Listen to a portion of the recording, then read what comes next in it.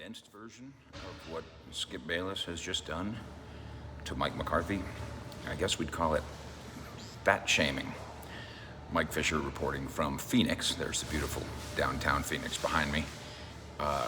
Getting in a workout today. So I don't get fat. I know a little something about it. I think most Americans probably know a little bit something about it as well. And if you're not caught up on this, because we don't do a lot of Skip stuff around here anymore. When we do it big. I think the last big Skip thing we did has, 700,000 views or something. We don't do it much, but we do it right, something we cannot say about Bayless. So Skip went on his Fox program and basically fat-shamed Coach Mike McCarthy. Did so after Hard Knocks, the first episode of Hard Knocks, because, of course, that was the first chance that Skip Bayless actually had to pay any attention to Mike McCarthy, somebody who he pretends to know, a team that he pretends to know a lot about.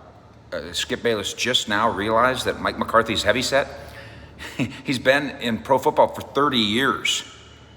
He's been a head coach for a decade and a half. It just now occurred to Skip that Mike McCarthy's big. And Skip's attempt at a point is he's too fat to lead. I wouldn't want a fat guy as my coach. There's so many problems with this.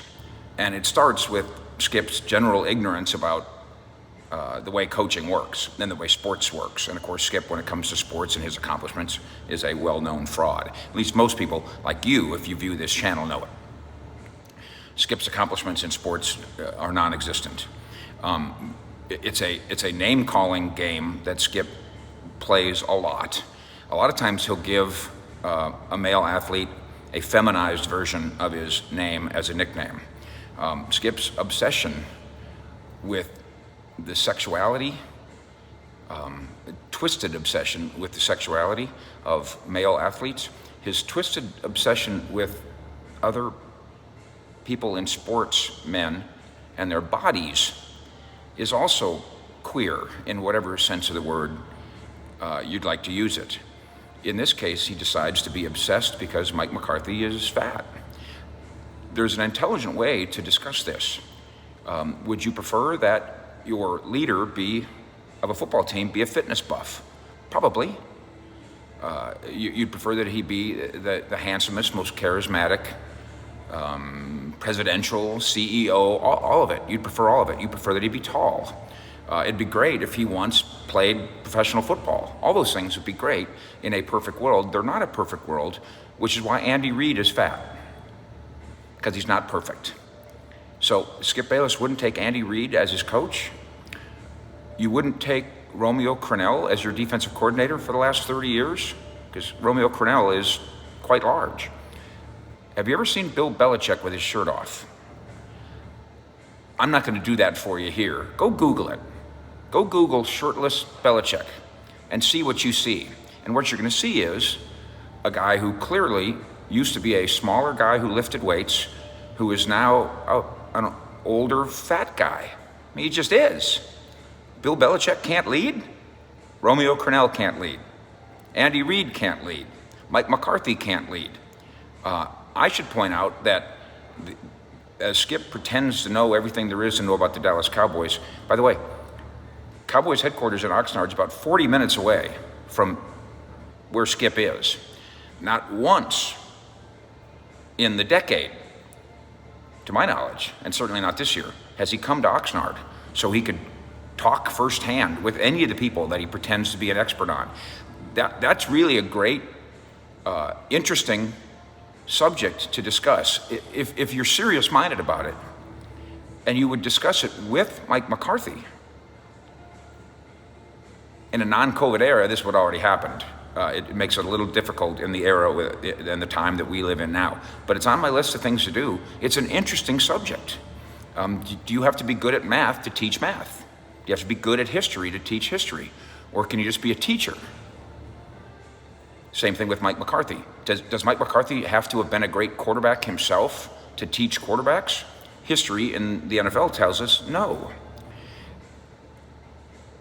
We're judging people's competence by their body shapes Good on the host of that show with Shannon and Bayless.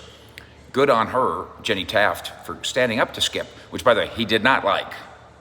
And when she said she has the right to opinion, he basically said, no, you don't. He kind of did say, no, you don't, demonstrating that not only is Skip a fraud when it comes to sports, not only is he crude when it comes to other men's bodies, he's also came across in his exchange with Miss Taft like a misogynist. And I believe he's guilty of all of those things. If we were going to get into the name-calling game, I guess we'd wonder if Skip can be a leader on television, because he's got a lot of followers, so he's a leader, when he appears on television every day like a painted, rotting corpse.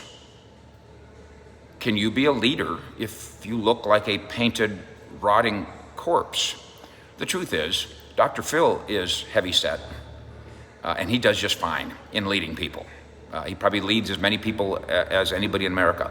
Oprah Winfrey is famously, she'll be the first to tell you, over the years, heavy-set. Oprah might be the greatest leader of her time, not just media, but beyond. Opinion leader, civic leader. Oprah, Dr. Phil, Romeo Crennel, Andy Reid, Bill Belichick, leaders who aren't scrawny, the way Skip, for most of his life, has been scrawny. And that's probably really what this has to do with. This probably has much more to do with Skip's insecurities about his body. Skip to this day, and I know that he likes to talk about how he's in the weight room, Skip to this day is a scrawny little guy with two apricots where biceps should be. And the biceps look a little bigger because the rest of him's so scrawny. I'm not an expert on the gym. I just do what I can so I don't get fat. But the reason that I don't want to be fat isn't because it'll make me a bad leader. The reason I don't want to be fat is because it'll make me fat. The rotting, painted corpse that is Skip Bayless on television, you would think would be familiar with another coach who he pretends to know, who he pretends to have insight into, who actually works for the same company. You know, Jimmy Johnson was a little chubby, and it still worked out okay. Fish in Phoenix with the Cowboys, out.